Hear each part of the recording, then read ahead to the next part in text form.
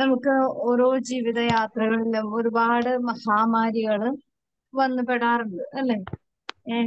കാലത്തിന്റെ ഗതിയും കാലത്തിന്റെ ഓരോ അവസ്ഥകളും അവസരങ്ങളും വെച്ച് നോക്കുമ്പോഴേക്കും ഒരുപാട് അപകടങ്ങൾ, മഹാമാരികള് ഒക്കെ കടന്നാണ് നമ്മുടെ ജീവിതം ഇവിടെ വരെ എത്തിയത്. യഥാർത്ഥത്തിൽ ഒരു മനുഷ്യന്റെ മഹാമാരി എന്ന് പറഞ്ഞാൽ എന്താണ്? ഒരു കേൾക്കണില്ല. മനുഷ്യന്റെ യഥാർത്ഥത്തിലുള്ള മഹാമാരി എന്താണ്? പാപം തന്നെയാണ്. പാപം, പിന്നെ ജീവിതത്തിലുണ്ടാകുന്ന പ്രയാസങ്ങള്, പിന്നെന്താണ് പിന്നെ പറ. ഒരു മനുഷ്യനെ നേരിടുന്ന ഏറ്റവും വലിയ മഹാമാരി എന്താണ്?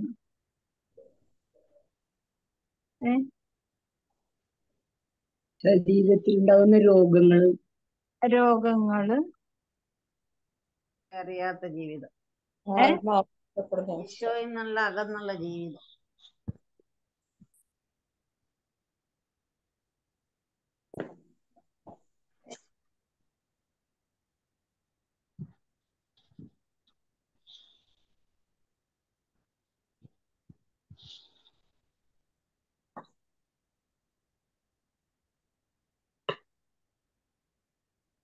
അതായത് മഹാമാരി എന്ന് പറയുന്നത് ഒരു മനുഷ്യനെ സംബന്ധിച്ച് ദൈവത്തെക്കുറിച്ചുള്ള അജ്ഞതയാണ്, അല്ലേ?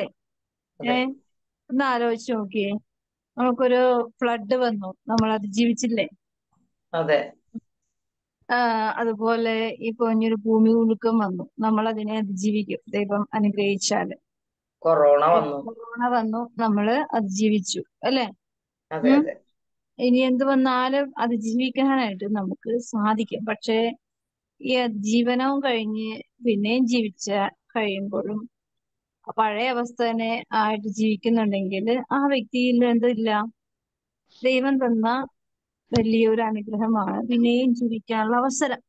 ഇതിനെക്കുറിച്ചുള്ള അറിവില്ലായ്മ ഒരു മനുഷ്യനെ സംബന്ധിച്ച് അവന്റെ ആയുസ് നീട്ടിക്കൊടുത്തത് കൊണ്ട് ദൈവത്തിന് കൂടുതൽ മാരകമായ വേദന ഉണ്ടാക്കുന്നുണ്ടെങ്കിൽ ആ ആത്മാവ് എന്തിന്റെ മേഖലയിലാണ് ജീവിക്കുന്നത്? അജ്ഞതയുടെ. ദൈവത്തെക്കുറിച്ചുള്ള അജ്ഞത ഒരു മനുഷ്യന് ഏറ്റവും വലിയൊരു മഹാമാരിയാണ്. അത് മരുന്നുകൊണ്ടൊന്നും മാറൂല, അല്ലേ? മാറൂ? മരുന്ന്, ഒരു ഔഷധവും അതിനെ സഹായിക്കില്ല. അത് അവന്റെ ഉള്ളിലാണ് അതിന്റെ ഔഷധം ഇരിക്കുന്നത്, അതെ? ഒരു മനുഷ്യന്റെ ഔഷധത്തിന്റെ ഒരു 90% അല്ലെങ്കിൽ ഒരു മനുഷ്യന്റെ രോഗത്തിന്റെ 90% മെഡിസിൻ അവന്റെ ഉള്ളിൽ തന്നെ ഉണ്ട്. ഇത് തിരിച്ചറിയാത്തത് കൊണ്ടാണ് ഇപ്പൊ നമുക്കൊരു രോഗം വന്നു, അത് നമുക്ക് ചികിത്സിച്ചിട്ട് ഭേദമാകുന്നില്ല. അല്ലെങ്കിൽ ഒരു അപകടം വന്നു, അതിനെ നമുക്ക് അതിജീവിച്ചിട്ടും നമുക്ക് ഒരു സന്തോഷം കിട്ടുന്നില്ല. പിന്നെന്താ? ഈ ലോകത്തിൽ വെച്ച് കിട്ടുന്ന എല്ലാ സങ്കടങ്ങളും എന്താണ്? കടന്നു പോകാനായിട്ട് നമ്മുടെ ജീവിതത്തിൽ ദൈവം നിശ്ചയിച്ചിട്ടുണ്ടെങ്കിൽ കടന്നു പോകുക തന്നെ വേണം, അല്ലേ? മഹാമാരി കടന്നു പോകുക തന്നെ വേണം. പക്ഷെ അതിജീവിച്ചപ്പുറത്ത് കടന്നു വരുമ്പോ നിരാശയും വേദനയും വെറുപ്പും ഒക്കെ ആണെങ്കിൽ ആ മനുഷ്യന് യഥാർത്ഥത്തിൽ എന്താണുള്ളത്? ദൈവത്തിന്റെ പരിപാലനയുടെ അനുഗ്രഹത്തെ അറിയുന്നില്ല. അതുകൊണ്ട് എന്ത് സംഭവിക്കുന്നു? അതുകൊണ്ട് അവൻ ദൈവകൃപയുടെ അകലെയായതുകൊണ്ട് അവന് ഒരു അന്ധത, ഒരു അജ്ഞത അവനെ പിടികൂടിയിരിക്കുന്നുണ്ട്. പക്ഷെ ഈ അവസ്ഥ മാറണമെങ്കിൽ ദൈവത്തെ തന്നെ അറിയണം, ദൈവത്തിന്റെ പ്രവൃത്തിയെ കുറിച്ച് അറിയണം. കായേലും ആബേലും ആരുടെ മക്കളാണ്?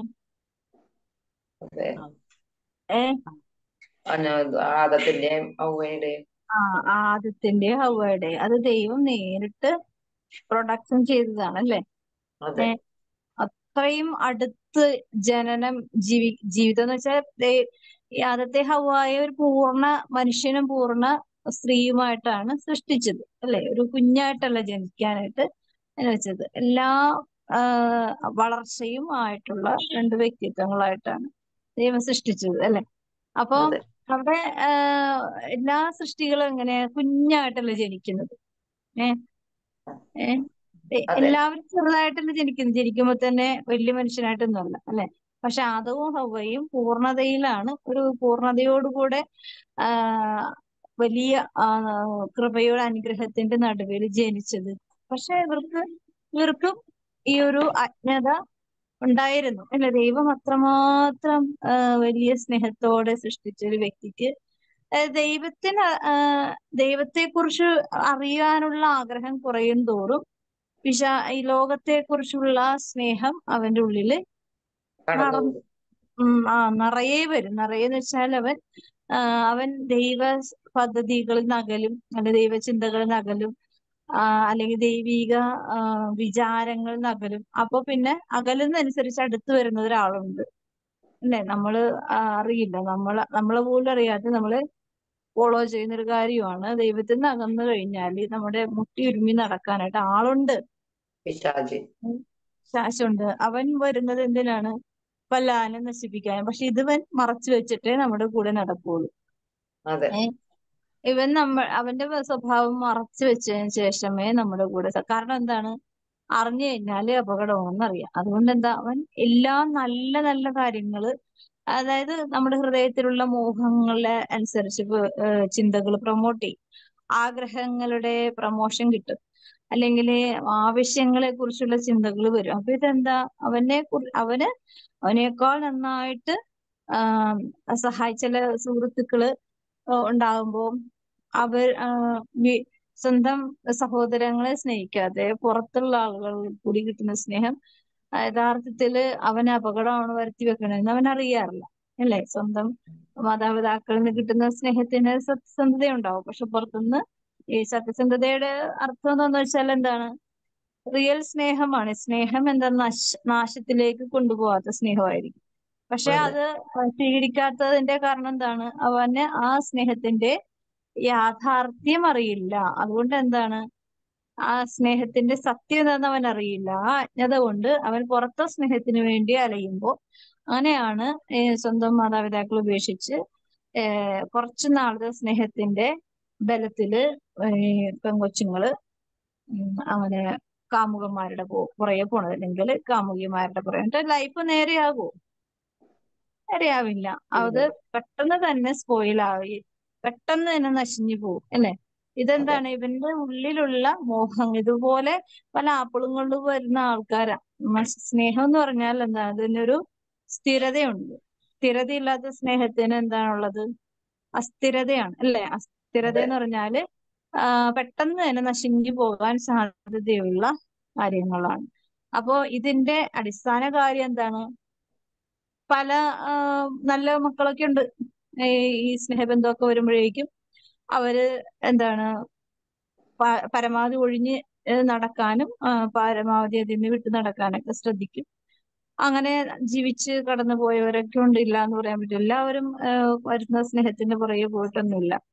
അപ്പൊ അങ്ങനെ ശ്രദ്ധിച്ച് വിവേകത്തോടെ മനസ്സിലാക്കി ഇപ്പൊ ഒരാൾക്ക് നമ്മളെ കണ്ടിട്ട് വളരെ നമ്മുടെ ഉള്ളിലുള്ള ഇഷ്ടങ്ങളെ വളരെ അങ്ങോട്ട് ആപ്പിള് കാണിച്ച പോലെ വളരെ വലിയ വലിയ മോഹവാഗ്ദാനങ്ങളും പിന്നെ വലിയ വലിയ സ്നേഹത്തിന്റെ വലിയ എന്താണ് മോട്ടിവേഷൻ, അതായത് കാണാൻ ഭംഗിയ സൗന്ദര്യമാണ്, പിന്നെ സംസാരം ഭയങ്കര ബ്യൂട്ടിഫുൾ ആണ്, സ്വീറ്റ് ആണ്, മറ്റേതാണ് മറിച്ചാണെന്നൊക്കെ ഇങ്ങനെ പറഞ്ഞു വരും. അപ്പൊ ഈ കേൾക്കുന്ന ആൾക്ക് എന്താണ്, അതെ. ഇന്ന് വരെ ആരും എന്നോട് ഇങ്ങനെ പറഞ്ഞിട്ടില്ല, കേൾക്കാൻ പറ്റിയിട്ടില്ല. അപ്പൊ ഇങ്ങനെയുള്ള കുറെ കാര്യങ്ങള് കേൾക്കുമ്പോ അവരുടെ ഈ കേൾവിക്കാരൻ എന്ത് തോന്നും? ഒരു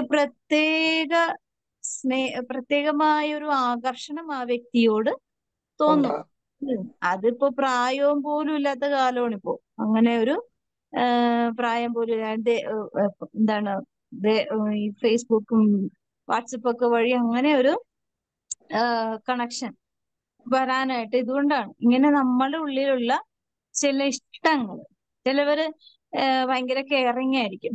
എന്ത് കഴിച്ചു, അത് കഴിച്ചോ, ഇത് കഴിച്ചോ, മറ്റത് ചെയ്തോ, ആരോഗ്യം നോക്കണം, മറ്റതാ, ഭയങ്കര കെയർഫുൾ ആയിരിക്കുള്ളൂ. പക്ഷെ ഇത് വലിയൊരു അപകടമാണ്. അതെ.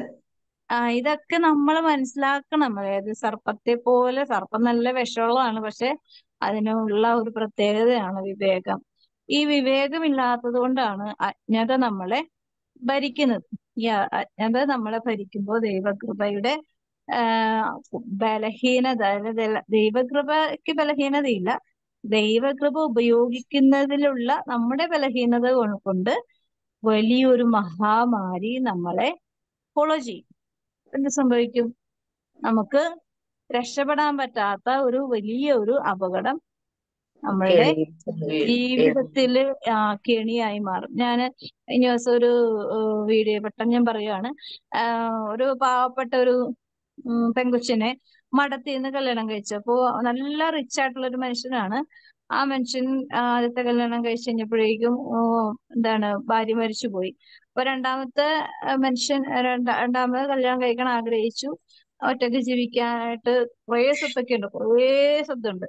അപ്പോ ആ വ്യക്തി മഠത്തില് പോയി, മഠത്തിലല്ലേ, ഏതോ ഒരു നിമിത്തം കാരണം ഇങ്ങനെ മഠത്തിൽ നല്ലൊരു പെങ്കൊച്ചിനെ, നല്ല സുന്ദരിയായ പെങ്കൊച്ചിനെ കല്യാണം കഴിച്ചു. 10-20-15 വയസ്സിന്റെ ഡിഫറൻസ് ഉണ്ടെങ്കിലും കല്യാണം കഴിച്ചു.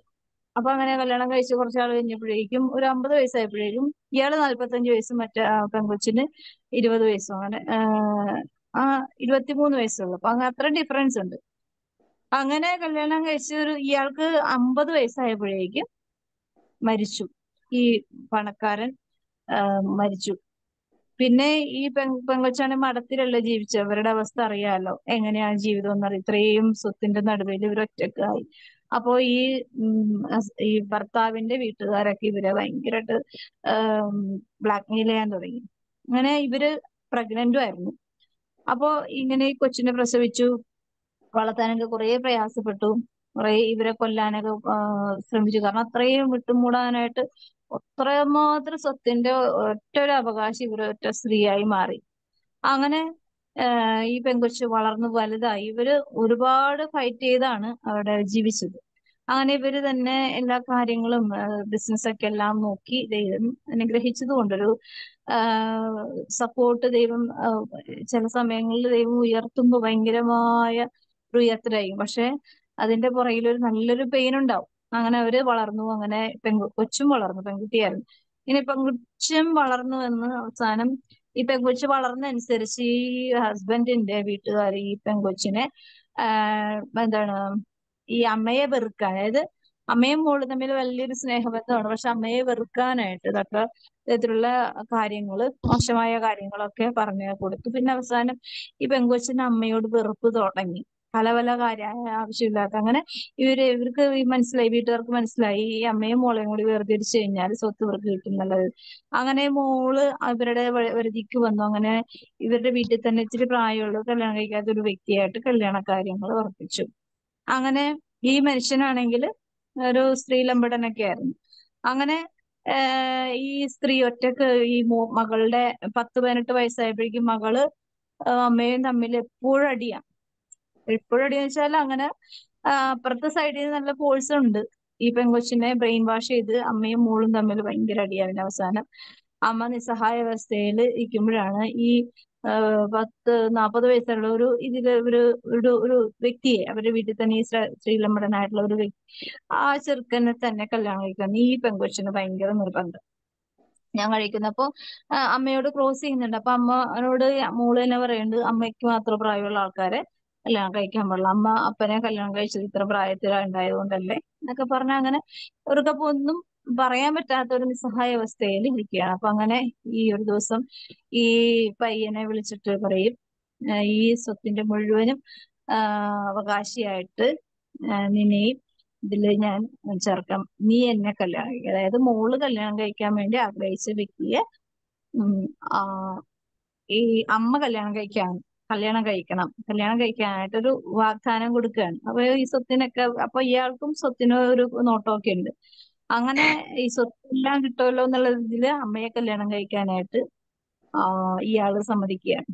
അപ്പൊ ഈ പെങ്കൊച്ച് ആത്മാർത്ഥമായിട്ടാണ് ഇയാളെ സ്നേഹിച്ചത്. പക്ഷെ ഇതിലൊരു കെണി ഉണ്ടായത് ഈ മനുഷ്യൻ അറിഞ്ഞില്ല. അമ്മ മോളിൽ നിന്നും ഈ വ്യക്തിയുടെ കയ്യിൽ നിന്നും ഈ മോൾ രക്ഷിക്കാൻ വേണ്ടിയായിരുന്നു. അങ്ങനെ ഈ മോള് വളരെ തകർന്നു പോയി. അമ്മ ഈ മകനെ പക്ഷെ അപ്പൊ ഇയാള് മോളിൽ നിന്ന് അകലാനൊക്കെ തുടങ്ങി. മീൻസ് ആദ്യത്തെ സ്നേഹമൊക്കെ പോയി. ഈ പെൺകൊച്ചിനെ കാണുമ്പോ അവോയ്ഡ് ചെയ്യാണ്. കാരണം ഈ സ്വത്താണ് ഇയാള് നോക്കുന്നത്, വ്യക്തികളൊന്നുമല്ല, ബന്ധങ്ങളൊന്നുമല്ല. അപ്പൊ ഈ സ്നേഹം കാണിച്ച് കാണിച്ച് അവസാനം മോക്ക് മനസ്സിലായി ഇതൊരു കെണിയാണെന്ന്. അങ്ങനെ അമ്മ കല്യാണമൊന്നും കഴിക്കുന്നില്ല. പക്ഷെ കാര്യങ്ങൾ വ്യക്തമായിട്ട് മോക്ക് 18 വയസ്സ് ആയപ്പോഴാണ് 10-20 വയസ്സോളം വളർത്തി വലുതാക്കി എത്രയും വലിയ പ്രായത്തന വരെയും ഈ അമ്മ ഒരു നരകയാതന അനുഭവിച്ചെങ്കിലും സ്വത്തൊന്നും നശിപ്പിച്ച് കളയാതെ സൂക്ഷിച്ച് കൈകാര്യം ചെയ്ത് അവസാനം അവര് എല്ലാം വിറ്റത് നാട് വിട്ട അമേരിക്കക്ക് പോയി. അങ്ങനെ ഏതൊരു ദൈവിക കൃപയില്ലാന്നുണ്ടെങ്കിൽ ആ വ്യക്തി നശിഞ്ഞു പോയാണ് അല്ലെ.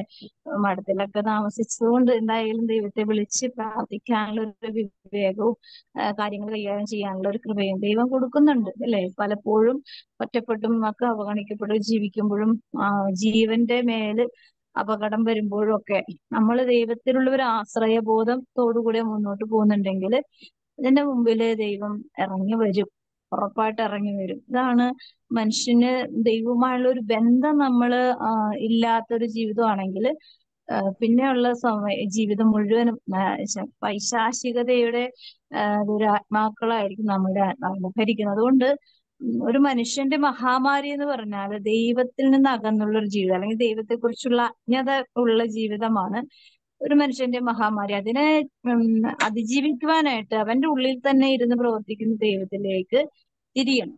നമുക്ക് മറിയത്തിന്റെ സ്തോത്രഗീതം വായിക്കാം, ഫിലിപ്പ് വായിക്കാം. വിശുദ്ധ ലൂക്കാ എഴുതിയ ശേഷം 1-ാം അധ്യായം 46 മുതൽ 55 വരെയുള്ള തിരുവചനങ്ങൾ. മറിയത്തിന്റെ സ്തോത്രഗീതം. മറിയം പറഞ്ഞു, എന്റെ ആത്മാവ് കർത്താവിനെ മഹത്വപ്പെടുത്തുന്നു, എന്റെ ചിത്തം എന്റെ രക്ഷകനായ ദൈവത്തിൽ ആനന്ദിക്കുന്നു. അവിടുന്ന് തന്റെ ദാസിയുടെ താഴ്മയെ കടാക്ഷിച്ചു. ഇപ്പോൾ മുതൽ സകല തലമുറകളും എന്നെ ഭാഗ്യവതി എന്ന് പ്രകീർത്തിക്കും. ശക്തനായവൻ എനിക്ക് വലിയ കാര്യങ്ങൾ ചെയ്തിരിക്കുന്നു, അവിടുത്തെ നാമം പരിശുദ്ധമാണ്. അവിടുത്തെ ഭക്തരുടെ മേൽ തലമുറകൾ തോറും അവിടുന്ന് കരുണ വർഷിക്കും. അവിടുന്ന് തന്റെ ഭുജം കൊണ്ട് ശക്തി പ്രകടിപ്പിച്ചു, ഹൃദയവിചാരത്തിൽ അഹങ്കരിക്കുന്നവരെ ചിതറിച്ചു. ശക്തന്മാരെ സിംഹാസനത്തിൽ നിന്നും മറിച്ചിട്ടു, എളിയവരെ ഉയർത്തി. വിശക്കുന്നവരെ വിശിഷ്ട വിഭവങ്ങൾ കൊണ്ട് സംതൃപ്തരാക്കി. സമ്പന്നരെ വെറും കൈയോടെ പറഞ്ഞയച്ചു. തന്റെ കാരുണ്യം അനുസ്മരിച്ചുകൊണ്ട് അവിടുന്ന് തന്റെ ദാസനായ ഇസ്രായേലിനെ സഹായിച്ചു. നമ്മുടെ പിതാക്കന്മാരായ അബ്രാഹത്തോടും അവന്റെ സന്തതികളോടും എന്നേക്കുമായി ചെയ്ത വാഗ്ദാനം അനുസരിച്ച് തന്നെ. ദൈവവചനമാണ് നാം കേട്ടത്. നമ്മുടെ കർത്താവായ മിശിഹായ്ക്ക് സ്തുതി. സമ്പന്നരെ വെറും കൈയോടെ കർത്താവ് ആട്ടിപ്പായിക്കുന്ന ഒരു സമയമുണ്ട്.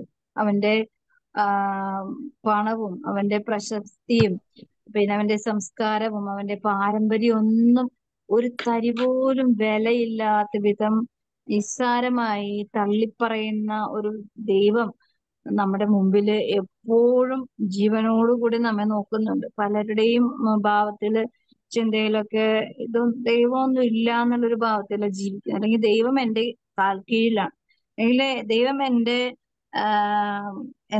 ദൈവം ഞാൻ പറയുന്നത് മാത്രം കേട്ട് ജീവിക്കുന്ന ആളാണെന്ന ധാരണയില് ജീവിക്കുന്ന കുറേ അറിവ് അജ്ഞതയുടെ ഭീകരതയുടെ ദുരാത്മാക്കളെയും വഹിച്ച് ഓരോരുത്തര് പ്രായമായ ആൾക്കാരൊക്കെ പറഞ്ഞത് കേൾക്കുമ്പോൾ എനിക്ക് ചിരി വരും. അവരുടെ അവരുടെ കസ്റ്റഡിയിൽ അവരുടെ പോക്കറ്റിൽ ഉള്ള ആരോ ആണ് എന്നുള്ള ഒരു ധാരണയിലാണ് അവർ. ഞാനപ്പോൾ ഓർക്ക് ഇത്രയും പ്രായമായിട്ടും ദൈവത്തെ കുറിച്ചുള്ള ഒരു വ്യക്തതയില്ലാത്തൊരു ജീവിതം, അതും ക്രിസ്ത്യാനികൾ. പിന്നെ ഓരോന്ന് പറയുമ്പോൾ ഞാൻ പറയുന്ന കാര്യങ്ങളൊന്നും പറയുന്നില്ല, കാരണം അത്രമാത്രം മനുഷ്യനെ ഈ ലോകം ഭരിക്കുന്ന ഒരു ദുഷ്ടാരൂപിയാണ്, അജ്ഞതയുടെ അരൂപി. ദൈവത്തെ കുറിച്ചുള്ള അജ്ഞത എന്ന് പറഞ്ഞാൽ പിന്നെ അവൻ ഈ കാര്യങ്ങളെല്ലാം അറിയുമല്ലോ. ഒരു 100 വയസ്സ് വരെയും ജീവിച്ചു, 100 വയസ്സ് വരെയും ജീവിച്ചു. ആ മനുഷ്യൻ ദൈവത്തെ കുറിച്ചുള്ള അജ്ഞതയിലാണ് ജീവിച്ചത്. ഈ 100 വയസ്സ് കഴിഞ്ഞ് 101-ാമത്തെ വയസ്സായപ്പോ ദൈവം ഒരു അനുഭവം കൊടുത്തു. അവന് യഥാർത്ഥത്തിൽ ഈ 100 വയസ്സും എന്തായിട്ട് തോന്നും? തോന്നുന്നു അവന് എന്തായിട്ട് തോന്നും? 101-ാമത്തെ വയസ്സിലാണ് ആ വ്യക്തി യഥാർത്ഥ സത്യം മനസ്സിലാക്കുന്നെങ്കിൽ ആ വ്യക്തിയുടെ ആത്മീയമായ അവസ്ഥ എന്തായിരിക്കും? വളരെ ദയനീയമായിരിക്കും. ദയനീയമായിരിക്കും അല്ലെ? അവന് ഈ 100 വയസ്സ് എങ്ങനെ അതിനെ അതിജീവിക്കും?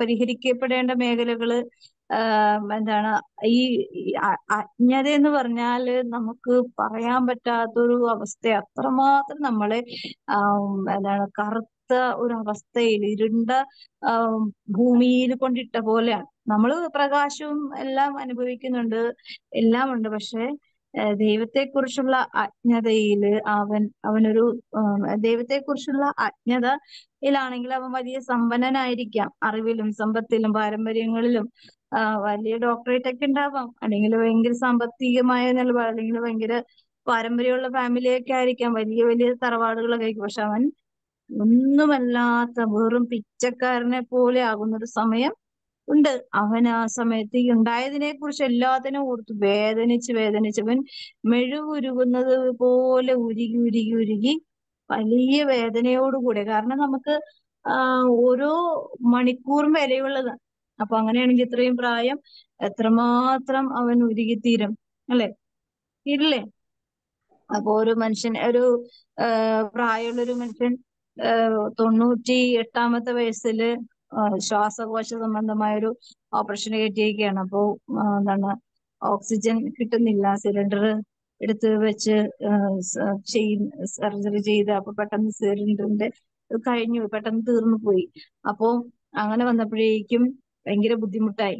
അപ്പൊ വളരെ പ്രയാസപ്പെട്ട് അതിന്റെ സർജറിയൊക്കെ അവസാനിപ്പിച്ചു, രക്ഷപ്പെട്ടു പോന്നു. പക്ഷെ ഈ മനുഷ്യന് മനസ്സിലായി, ഞാൻ ഇത്രയും നല്ല റിച്ച് ആയിട്ടുള്ള ഒരു മനുഷ്യനാണ്, പക്ഷെ ഇത്രയും വർഷമായിട്ട് ഞാൻ ഒരു സിലിണ്ടറും ഉപയോഗിക്കാതെയാണല്ലോ ഇത്രയും നാള് ഞാൻ ഈ ഓക്സിജൻ പേയ്മെന്റ് ഒന്നും അടക്കാതെ ഞാൻ അനുഭവിച്ചത്.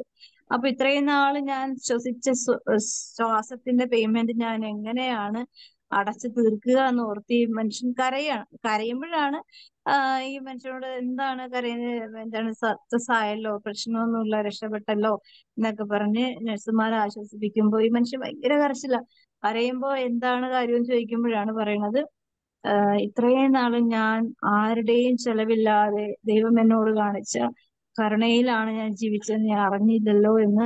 ഈ 98 വയസ്സായ മനുഷ്യൻ നിർത്താതെ കരയുകയാണ്. അപ്പോ ആ മനുഷ്യന്റെ ആ പ്രായം നോക്കണം, 98 വയസ്സ് വരെയും ദൈവത്തെക്കുറിച്ചുള്ള അജ്ഞത മൂലം ആ മനുഷ്യൻ ജീവിച്ചു. അതോർത്ത് അവസാനം ഉരുകാൻ തുടങ്ങി.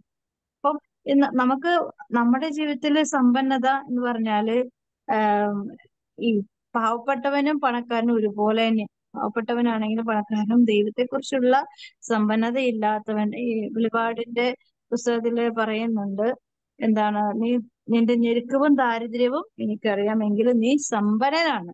ദൈവത്തിന്റെ നോട്ടത്തിൽ ചിലപ്പോ നമ്മള് സമ്പന്നനാണെങ്കിൽ, ചിലപ്പോഴല്ല ആകാൻ ദൈവം നമ്മളെ നോക്കി അങ്ങനെ പറയുന്നെങ്കിൽ നമ്മളൊക്കെ ഭാഗ്യവന്മാര്. അപ്പൊ നമ്മുടെ ഞെരുക്കവും ദാരിദ്ര്യവും ദുരിതത്തിനും നടുവില് ഈശോ ഒരു സെന്റൻസിൽ തന്നെ 3 വാക്ക്, നിന്റെ ഞെരുക്കവും ദാരിദ്ര്യവും എനിക്കറിയാം. എങ്കിലും ദൈവം പറയാണ്, എങ്കിലും നീ സമ്പന്നയാണ് എന്ന് പറയുന്നുണ്ടെങ്കിൽ ഈ സമ്പന്നതയിലേക്കാണ് നമ്മൾ എത്തേണ്ടത്. അത് നമ്മളുടെ ഭൗതികമായ കയ്യിലുള്ള എല്ലാം ചേർത്ത് വെച്ചാലും ഒന്നും തന്നെ ആവില്ല. ദൈവത്തെക്കുറിച്ചുള്ള അറിവിലും ഭയത്തിലും സ്നേഹത്തിലും ആരാധനയിലും ഒരു വ്യക്തി ഏതവസ്ഥയിൽ ജീവിച്ചാലും അവൻ സമ്പന്നനാണ്. അത് ധനം ഉണ്ടെങ്കിലും ഇല്ലെങ്കിലും ഒരുപോലെ. അപ്പോൾ ഈശോ നൽകുന്ന തിരുവചന ഭാഗം, ദൈവമായ കർത്താവ് നിന്റെ വലത്ത് കൈ പിടിച്ചിരിക്കുന്നു. യെശയ്യാ 41:13. പല ജീവിതങ്ങളിലും ഞാൻ എപ്പോഴും ഓർക്കാറുണ്ട്, ഈ വലത്ത് കൈ പിടിച്ചിരിക്കുന്നു എന്നതിന്റെ പറയുന്നതിന്റെ കാര്യം എന്താണ്? ഈ വലത്ത് കൈക്ക് ഒരു പ്രത്യേകതയുണ്ട്. നമുക്ക് എല്ലാ ജോലികളും ചെയ്യുന്നത് വലത് കൈയാണ്. നമുക്ക് വലതുവശം തളർന്നു പോയാൽ ഇടതുവശം തളർന്നു പോണേക്കാൾ കൂടുതൽ പ്രശ്നം വരും അല്ലെ? സാധാരണ നോർമൽ മനുഷ്യന് അല്ലെ? എല്ലാ ആരോഗ്യവും കുറച്ചുകൂടി സ്ട്രെങ്ത് ഉള്ളത് വലത് ഭാഗത്താണ്. ഈശോ പറയുന്നത് വലത് വശത്തിരിക്കുന്നു, സ്വർഗത്തില് വലത് ഭാഗത്തിരിക്കുന്നു എന്ന് വിശ്വാസ പ്രമാണത്തിൽ പറയുന്നത്. അപ്പൊ ഈ വലതുവശത്തിന് ഒരു പ്രാധാന്യമുണ്ട്. അപ്പോ ഈശോ വലതുവശത്തേക്ക് വലയിടുക. അതെ, എല്ലാം ഒരു വലതുവശം എന്ന് പറഞ്ഞാല് നല്ലൊരു വശം എന്നാണ് അല്ലെ? നല്ല ദൈവിക കൃപയുടെ ഒരു അതെ ഒരു വാക്കാണ്. അപ്പോ അതെ വലത് കൈ പിടിച്ചിരിക്കുന്നു എന്ന് പറയുമ്പോ നിന്റെ തളർച്ച ഒരിക്കലും ഞാൻ അനുവദിക്കില്ല എന്നുള്ളതാണ് ദൈവം ആഗ്രഹിക്കുന്നത്. അതായത് ദൈവം ഒരിക്കലും മനുഷ്യൻ തളർന്നു പോകാനായിട്ട് അനുവദിക്കുന്നില്ല. ശക്തനായവനെ ആശ്രയിക്കുന്നവനായ ഒരു വ്യക്തി, ഒരു മനുഷ്യൻ ഒരിക്കലും തളർന്നു പോകാനായിട്ട് ദൈവം അനുവദിക്കില്ല. ഞാൻ നിന്നെ സഹായിക്കും എന്ന് പറഞ്ഞാൽ എന്താണ്? നിന്റെ നിസ്സഹായാവസ്ഥയില് ഞാൻ എന്ന് സഹായിക്കും.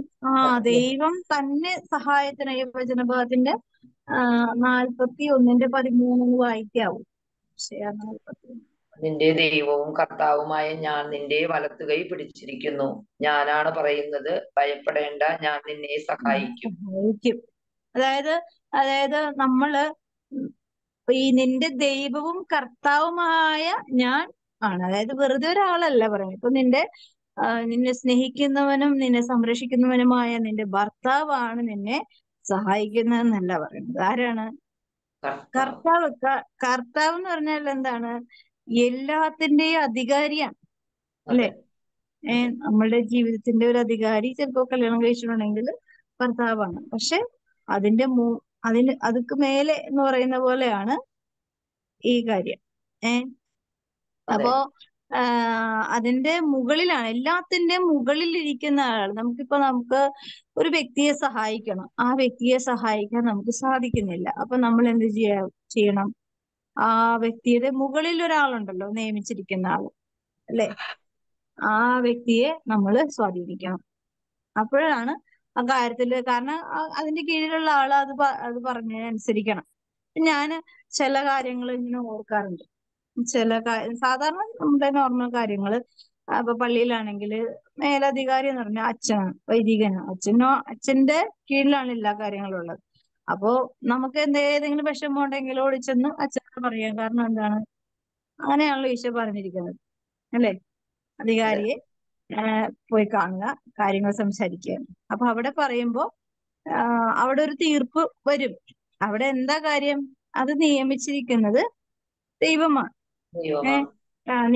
നിയമിച്ചിരിക്കുന്ന ആൾ, അധികാരി ദൈവമായതുകൊണ്ട് അവിടെ കൂടിയുള്ള ഒരു തീരുമാനം അന്തിമമായ തീരുമാനമായിരിക്കും. അപ്പൊ അതുകൊണ്ട് ഇപ്പൊ അച്ഛനും നമ്മളെ കേൾക്കുന്നില്ല. അപ്പൊ എന്ത് ചെയ്യും? നമ്മള് അതിനേക്കാൾ മേലധികാരിയുടെ അടുത്ത് പോകും, മെത്രാന്റെ അടുത്ത്. അച്ഛന് നമുക്ക് അതിനേക്കാൾ മേലധികാരി അടുത്ത് പോയി, പിന്നെ ആ മേലധികാരി കേൾക്കുന്നില്ല, എന്ത് ചെയ്യും? കർദിനാളിന്റെ അടുത്ത് പോകും. അങ്ങനെ എന്തോരം പോകാമോ അത്രയൊക്കെ പോകും നമ്മള്. പക്ഷെ അതെ നമ്മള് ആലോചിക്കണം, ഈ എല്ലാത്തിനെയും സൃഷ്ടിച്ച എല്ലാത്തിന്റെയും നിയന്താവും അധികാരിയുമായ ദൈവത്തില് നമ്മളൊന്ന് ഓർക്കുക. നമ്മുടെ മക്കള് നേരെ ചൊവ്വ ആവുന്നില്ല. അപ്പൊ നമ്മുടെ കയ്യിലിരിപ്പുണ്ട് ആയിരിക്കാം മക്കള് ചെയ്യും. അപ്പൊ നമ്മൾ എന്ത് ചെയ്യണം? നമ്മൾ ദൈവത്തോട് ആർക്ക് വേണ്ടി പ്രാർത്ഥിക്കണം? നമുക്ക് വേണ്ടി തന്നെ ആദ്യം പ്രാർത്ഥിക്കണം. എന്റെ കയ്യിലിരിപ്പുണ്ടാണ് ഈശോയെ അവർ കേൾക്കാത്തത്, അതുകൊണ്ട് എന്നെ സഹായിക്കണം എന്ന് പറഞ്ഞ് പ്രാർത്ഥിക്കുമ്പോ അവിടെ ആ പ്രാർത്ഥന കുറച്ചും കൂടി വ്യക്തതയുണ്ടാവും, അല്ലെ? അതെ അതെ അതെ അപ്പൊ അങ്ങനെ പ്രാർത്ഥിക്കുമ്പോ മക്കളോടല്ല നമ്മൾ പ്രാർത്ഥിക്കേണ്ടത്, അല്ലെ? മക്കളെ പ്രതി എന്റെ പാപം കൊണ്ടോ എന്റെ അനുസരണക്കേട് കൊണ്ടോ എന്റെ പാപത്തിന്റെ സ്വാധീനം കൊണ്ടോ എന്റെ മക്കളിലേക്ക് കയറി കൂടിയിട്ടുള്ള പാപത്തിന്റെ മേല് കർത്താവിനറിയാലോ. കർത്താവിന്റെ മെമ്മറി നല്ല ഫുള്ളാണ്. അത് കാലം പഴക്കമൊന്നും വന്നാലും ഒരു പ്രശ്നമില്ല, അല്ലെ? ജെറമിയയോട് പറയണ, നിന്റെ അമ്മയുടെ ഉദരത്തിൽ ഉരുവായപ്പോഴേ ഞാൻ നിന്നെ അറിഞ്ഞു എന്ന് പറയുന്നുണ്ടെങ്കിൽ അത് നിങ്ങളോട് എല്ലാവരോടും കൂടെയാണ് പറഞ്ഞത്. അതൊക്കെ ഒന്ന് അറിയാൻ വേണ്ടിയാണ് അങ്ങനെയുള്ള വചനങ്ങളൊക്കെ ദൈവം എഴുതി വെച്ചിരിക്കുന്നത്. അപ്പൊ ഈ അറിവ് ഉള്ള ദൈവത്തിന് ഒന്നും പഠിപ്പിച്ചൊന്നും കൊടുക്കണ്ട, പറഞ്ഞ് അതിങ്ങനെയാണ് അങ്ങനെയാണ് കാര്യങ്ങളൊക്കെ എന്ന് പറഞ്ഞു കൊടുക്കണ്ട. അപ്പൊ ദൈവത്തിനെല്ലാം അറിയാം. അതുകൊണ്ട് നമ്മുടെ ചിന്തകളും വിചാരങ്ങളും ഒക്കെ എല്ലാം വ്യക്തമായിട്ട് അറിയാവുന്നത് കൊണ്ട് ഈ അറിവ് ദൈവത്തിന് എല്ലാം നല്ല വ്യക്തതയുള്ളത് കൊണ്ടാണ് ഈശോ പറയുന്നത്, നീ പേടിക്കണ്ട, നീ ഭയപ്പെടേണ്ട, നിന്നെ സഹായിക്കാനായിട്ട് ആരുണ്ട്? നിന്നെ സൃഷ്ടിച്ച ദൈവം ഉണ്ട്. ഇത് നമ്മള് ഞാൻ സഹായിക്കും അറിയുമ്പോ ഈ കർത്താവ് ആരാന്ന് അറിയാതെ നമ്മൾ ഈ വചനങ്ങളൊക്കെ ഉപയോഗിക്കുന്നതുകൊണ്ട് യാതൊരു ഫലവുമില്ല, അല്ലെ? അതെ അതെ ഈ കർത്താവ് നിന്റെ ദൈവം ആരാണെന്ന് അറിയണം, നിന്റെ കർത്താവ് ആരാണെന്ന് അറിയണം. എന്നെ കൈപിടിക്കുമെന്ന് പറയുന്നത് ആരാണെന്ന് അറിയണം, ആരാണ് എന്നെ സഹായിക്കാനുള്ളതെന്ന് അറിയാം. ഇതൊക്കെ ഈ അറിവിലേക്ക് നമ്മൾ എത്തുമ്പോൾ നമുക്ക് ഭയങ്കരമായ ഒരു സമാധാനം നമ്മളെ ശക്തിപ്പെടുത്തും. അതിപ്പോ രണ്ടാമതൊരാളുടെ സഹായം വേണമെന്നില്ല, ഈ ഒരാളുടെ സഹായം തന്നെ മതി, അല്ലെ? അതെ അതെ ഇതാണ് നമ്മൾ അങ്ങനെ പ്രാർത്ഥിച്ച് അങ്ങനെ ഒരു ശീലം വന്നു കഴിഞ്ഞാൽ, ഇപ്പൊ മക്കള് പ്രശ്നമാണ്, കർത്താവ് ഇറങ്ങി പോകുമ്പോ വരുമ്പോ അവിടെയൊക്കെ ആണെങ്കിലും ഇപ്പൊ നമുക്ക് നമ്മുടെ ആത്മാവ് ഇവരുടെ കൂടെ അല്ലെ ക്യാമറ ആയിട്ടൊന്നും പോകാൻ പറ്റില്ല, അല്ലെ? ഇല്ല പോകാൻ പറ്റില്ല. ഇവരേതൊക്കെ വഴിയാ പോണേന്ന്, അല്ലെ? ആർക്കും ആരുടെയും കൂടെ പോകുന്നതിലൊരു പരിമിതിയുണ്ട്, അല്ലെ? എത്ര ഇന്നിപ്പോ ഒരുപാട് ടെക്നിക്കൽ ആയിട്ടുള്ള കുറെ കാര്യങ്ങളൊക്കെ പറയുന്നുണ്ട്, പക്ഷെ എല്ലാത്തിനും ഒരു പരിമിതിയുണ്ട്, എല്ലാത്തിനും ഒരു പരിമിതിയുണ്ട്. പക്ഷെ പരിശുദ്ധാത്മാവിനൊരു പരിമിതി ഇല്ല. അതുകൊണ്ടാണ് ഈ കൃമിയായ യാക്കോബെ ഇസ്രായേൽ എന്ന് പറയുന്നത്, കൃമികളാണ് മനുഷ്യര്, അല്ലെ? മനുഷ്യന്റെ ബുദ്ധിയും ശക്തിയൊക്കെ വെച്ച് നോക്കുമ്പോ വെറും കൃമികളാണ്. കൃമികൾ എന്ത് ചെയ്താലും അത്രയൊക്കെ ഉള്ളൂ. പക്ഷെ ഇതിന്റെ മുകളിൽ പ്രവർത്തിക്കുന്ന ദൈവത്തിന്റെ ശക്തി നമുക്ക് അത് ഗ്രഹിക്കാൻ പറ്റാത്ത വിധം ഉന്നതമാണ്. അതുകൊണ്ടാണ് ആ ശക്തിയിലേക്ക് നോക്കിക്കൊണ്ടാണ് നമ്മള് നമ്മുടെ ബലഹീനതയെ സമ്മതിച്ചുകൊണ്ട് ദൈവകരങ്ങളില് ആശ്രയിച്ച് പ്രാർത്ഥിക്കുന്നെങ്കിൽ പിന്നെ ഉത്തരവാദിത്വം മുഴുവൻ ദൈവത്തിനാ, അല്ലെ? ഉത്തരവാദിത്വം മുഴുവൻ ദൈവത്തിനാണ്. അപ്പൊ അതുകൊണ്ട് നമ്മളുടെ പ്രാർത്ഥനയ്ക്കൊരു വ്യക്തത വേണം. നമ്മൾക്ക് കിട്ടുന്ന വചനങ്ങൾക്ക് വലിയ ആഴമുണ്ട്. ആഴം നമ്മൾ മനസ്സിലാക്കണം. നിന്റെ ദൈവമായ കർത്താവ് എന്ന് പറയുമ്പോ ഈ ദൈവം ആരാണെന്ന് അറിയണം, കർത്താവ് ആരാണെന്ന് അറിയണം. പിന്നെ നിന്നെ സഹായിക്കാനുള്ള ശക്തി എവിടെ നിന്ന് പുറപ്പെടുമെന്നും അറിയണം. അപ്പൊ നമ്മൾ നോക്കുമ്പോൾ നമ്മുടെ മുമ്പിൽ ഒരു വഴിയും ഒരു വ്യക്തിയെയും സഹായിക്കാനില്ല. പക്ഷെ ഈ ഒരു ശക്തിക്ക് നമ്മൾ പ്രാധാന്യം കൊടുക്കുന്നുണ്ടെങ്കിൽ, വിശ്വസിക്കുന്നുണ്ടെങ്കിൽ, തീർച്ചയായും ആ ശക്തി നമ്മളെ അതേപോലെ നയിക്കും. നയിക്കുന്നില്ലെങ്കിൽ പിന്നെ ഈ ഭൂമിയിൽ ദൈവം ഉണ്ടെന്ന് പറയുന്നതിൽ അർത്ഥമില്ല, നയിക്കുന്നില്ലെങ്കിൽ, അല്ലെ? എല്ലാം ഇതുവരെ ഉണ്ടായ വിശ്വാസവും ഇതുവരെ ഉണ്ടായ അത്ഭുതങ്ങളും ഒക്കെ വ്യർത്ഥമാണ്. അതാണ് ക്രിസ്തു ഈ ഭൂമിയിൽ ഉത്ഥാനം ചെയ്തിരുന്നില്ലെങ്കിൽ നമ്മുടെ വിശ്വാസം എല്ലാം വ്യർത്ഥമാണ്. എന്നപോലെ ഈ സമയം ഇപ്പൊ നമ്മളിവിടെ ആയിരിക്കുന്ന സമയമെല്ലാം ഇവിടെ ആയിരിക്കാൻ ദൈവം നിശ്ചയിച്ചിട്ടുണ്ട്. അതനുസരിച്ച് നമ്മളിവിടെ എത്തിയിട്ടുണ്ടെങ്കിൽ അതിന്റെ മുകളിൽ ഒരു ദൈവിക ചിന്തയും പദ്ധതിയും ഒക്കെ ഉണ്ട്. ഇത് ഞാൻ വിശ്വസിക്കുമ്പോ എന്തുണ്ട് അവിടെ ഒരു ഇപ്പൊ നമുക്ക് എല്ലാവർക്കും ഈ സമയം വേണമെങ്കിൽ റെസ്റ്റ് ചെയ്യാം, പല പല കാര്യങ്ങൾ ചെയ്യാം. പക്ഷെ എന്തുകൊണ്ടോ നമ്മളെ ദൈവം ആകർഷിച്ച് ഇവിടെ ഇരുത്തിയപ്പോ നമ്മൾ ചിന്തിക്കുന്ന എന്താ, നമ്മുടെ ഇഷ്ടം കൊണ്ടാണ് വന്നിരിക്കുന്നതെന്നാണ് നമ്മൾ ചിന്തിക്കുന്നത്. അതുകൊണ്ടാ മാത്രമാണോ? അല്ല അല്ല അല്ല ഇല്ല. എന്താ ഈശോ പറഞ്ഞിരിക്കുന്നത്? ദൈവപിതാവിനാൽ ആകർഷിക്കപ്പെടാതെ ആരും എന്റെ അടുക്കൽ വരില്ല എന്നാ പറയുന്നത്. അപ്പോ എന്താണ് നമ്മുടെ ആകർഷണത്തെക്കാൾ നമ്മൾക്ക് മുമ്പേ ആകർഷിച്ച ഒരു ദൈവത്തെ നമ്മളിവിടെ മനസ്സിലാക്കണം, അല്ലേ? നമ്മൾ കാണണം, നമ്മൾ മനസ്സിലാക്കണം, നമ്മൾ അറിയണം. അപ്പോഴാണ് എന്നെ ഈ സമയം വിളിച്ചു, ഈ സമയം എനിക്ക് വേണമെങ്കിൽ റെസ്റ്റ് ചെയ്യാമായിരുന്നു. പക്ഷെ എന്റെ ഉള്ളിൽ ഇരുന്നുകൊണ്ട് ഇങ്ങനെ പ്രചോദനം തന്നെ, പ്രാർത്ഥനയ്ക്ക് കേൾക്ക്, നിനക്ക് ആവശ്യമുള്ളതെല്ലാം നിനക്ക് കിട്ടും, അതുകൊണ്ട് നിനക്ക് സമാധാനം കിട്ടും, അല്ലെങ്കിൽ നിനക്ക് സഹായം കിട്ടും, നിന്നെ ശക്തിപ്പെടുത്തും.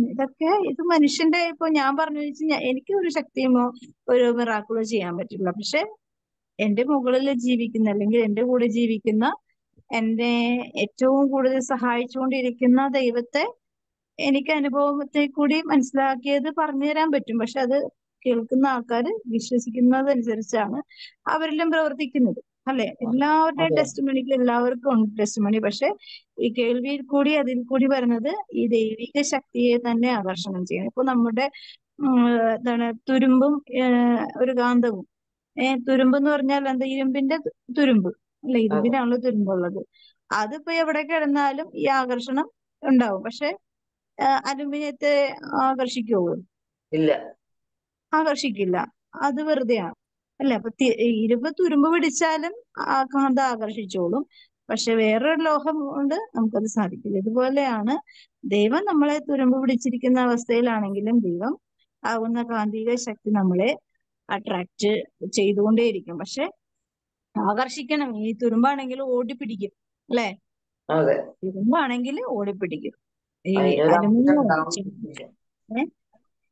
ആ തുരുമ്പിലും ഇരുമ്പിന്റെ ഒരു അംശം ഉണ്ടാകും. ആ തുരുമ്പില് ഇരുമ്പിന്റെ അംശമുണ്ട്. പക്ഷെ അത് നല്ല അവസ്ഥയിലല്ലാത്തത് കൊണ്ടാണ് തുരുമ്പായത്. നല്ല അവസ്ഥ അല്ലെങ്കിലും ആണെങ്കിലും ഈ കാന്തം ആകർഷിക്കും. അതേസമയം ചെമ്പോ അലുമിനിയോ ഒക്കെ ആണെങ്കിൽ ആകർഷിക്കില്ല. അപ്പോ ഇത് നമ്മളുടെ ആ വ്യക്തിത്വം, അത് മാനുഷികമായ വ്യക്തിത്വത്തില് എന്തുണ്ട്? ദൈവം തന്റെ രൂപത്തിലും സാദൃശ്യത്തിലും സൃഷ്ടിച്ചിരിക്കുന്നു. ഇതാണ് ഒരു സത്യം അല്ലെ? ദൈവം തന്റെ രൂപത്തിലും സാദൃശ്യത്തിലും സൃഷ്ടിക്കുന്നത് കൊണ്ട് ഈ കാന്തശക്തി ഒരിക്കലും നമ്മളെ വിട്ടു പോവില്ല. കാരണം അനാദികാലങ്ങൾക്ക് മുമ്പേ അത് അങ്ങനെയാണ് സംഭവിച്ചിരിക്കുന്നത്. പക്ഷെ ദൈവം നമ്മളെ അകന്നിരിക്കുന്നതല്ല, നമ്മൾ ദൈവത്തിൽ നിന്ന് അകന്നിരിക്കുന്നതുകൊണ്ടാണ് ഈ കാന്തവലയത്തിലേക്ക് നമ്മൾ അടുക്കാത്തത്. അതുകൊണ്ട് നമ്മൾക്ക് സഹായം ലഭിക്കാത്തത്.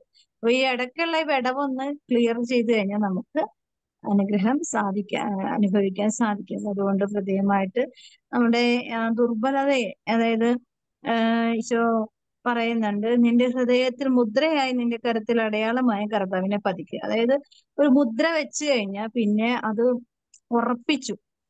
അതില് ഒരു എന്താണ് കൂതാശകളെല്ലാം എന്താണ് ഒരു മുദ്രയാണ് അല്ലെ? കൂതാശകളെല്ലാം ഒരു മുദ്രയാണ്. ഈ മുദ്രയൊക്കെ പിശാചിന് നന്നായിട്ട് അറിയാം. ഈ പതിപ്പിച്ചു തരാമെന്ന് അറിയാം. പക്ഷെ അതിന് വാല്യൂ കൊടുക്കാത്തത് ഞാനായതുകൊണ്ടാണ് ഇത് സംഭവിക്കുന്നത്. പിശാചിന് നമ്മളിൽ ഒരു അധികാരം ഉള്ളത്.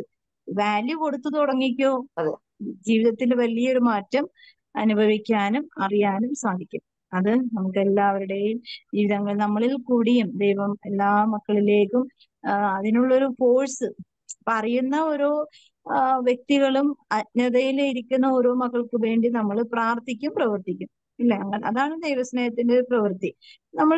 നമ്മൾ ദൈവസ്നേഹത്തിലാണെന്ന് പറഞ്ഞാല്, വെറുതെ സ്നേഹത്തിലാണെന്ന് പറഞ്ഞാൽ ഒരു ക്വാളിറ്റി ഇല്ല. അത് ഈ ദൈവസ്നേഹം എന്ന് പറഞ്ഞാൽ എപ്പോഴും ആക്റ്റീവാണ്. ഒരിക്കലും അതിന് മന്ദതയില്ല. സ്നേഹം എപ്പോഴും പ്രവർത്തന നിരതമാണ്. അപ്പൊ സ്നേഹം ഇങ്ങനെ വെറുതെ ഇരിക്കാത്തത് കൊണ്ട് എന്താണ്?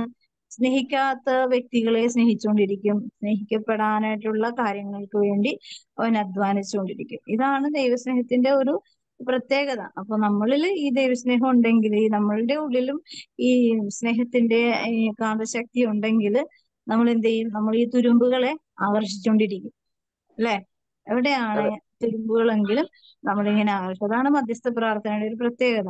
അപ്പൊ നമുക്ക് ദൈവകരുണയിൽ ആശ്രയിച്ച് ദൈവമായിട്ട് ഈ ദൈവത്തിന്റെ കുറിച്ചുള്ള അജ്ഞതയിൽ ജീവിക്കുന്ന ഓരോ മക്കളെയും, മധ്യസ്ഥ പ്രാർത്ഥന എന്ന് പറഞ്ഞാൽ ഭയങ്കര പവർഫുൾ ആണ്. അതിന്റെ പവർ എത്രത്തോളം വലുതാണ് നമുക്ക് ഇവിടെ വെച്ച് അറിയാൻ ദൈവം അനുവദിക്കാത്തതുകൊണ്ടാണ് നമുക്ക് അതിന്റെ ശക്തി അറിയാതെ പോകുന്നത്. അതുകൊണ്ട് അമ്മയോട് ചേർന്ന് കുരിശിന്റെ ചുവട്ടിൽ വേദനയോടുകൂടെ നമുക്ക് വേണ്ടിയും കണ്ണുനീരൊഴുക്കി പ്രാർത്ഥിക്കുന്ന അമ്മയോട് ചേർന്ന് നമുക്ക് ഈശോയുടെ ആശ്രയിച്ച എല്ലാ മക്കളും അജ്ഞതയുടെ ലോകത്ത്, അതായത് ഒരുപാട് അറിവുകളുണ്ട്, അറിവുകൾ കൊടുത്ത അധികാരിയെ അറിയാത്ത മനുഷ്യരുടെ ആത്മാവിന്റെ മേൽ കരുണയായിരിക്കണമേ എന്ന് ആഗ്രഹിച്ച് കുരിശ് കരുണക്കൊന്നതിൽ പ്രാർത്ഥിക്കും. ഈശോയുടെ തിരുഹൃദയത്തിൽ ഞങ്ങൾക്കായി